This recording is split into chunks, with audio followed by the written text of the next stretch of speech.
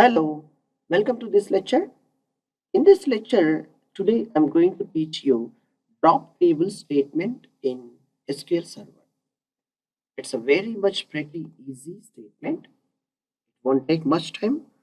And before issuing and executing this drop table, you have to strongly understand which is a table is not usable for you. Otherwise, you won't get it back.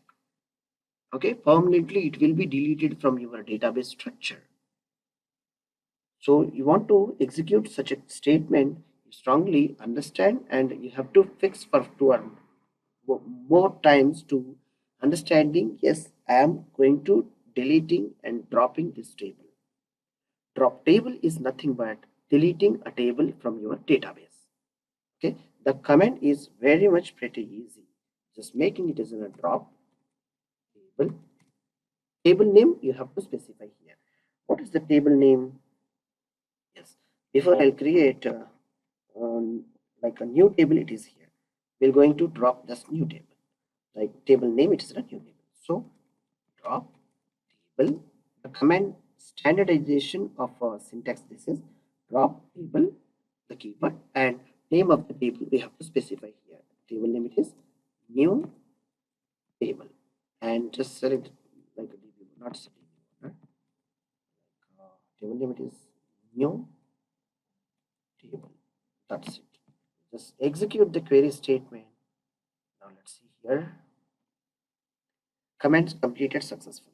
Here you are identifying the table and select the tables and refresh here. Just a second. Yes, refresh. You won't get the table here. See here. There we go. There is no table here. Okay. That is the way you will get lost of all the table structure and all the table data which is already available in your table. If it is there, everything will be vanished from the your database structure as well as your database engine. So before performing and executing this statement, you have to be both familiar and very accurate and clear with this. Then only you have to perform such a command of deleting or dropping your database tables.